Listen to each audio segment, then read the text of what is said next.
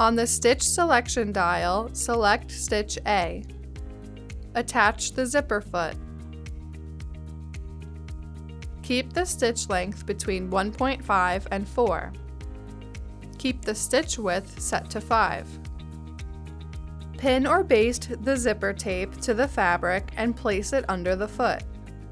Smooth the threads towards the back and lower the foot.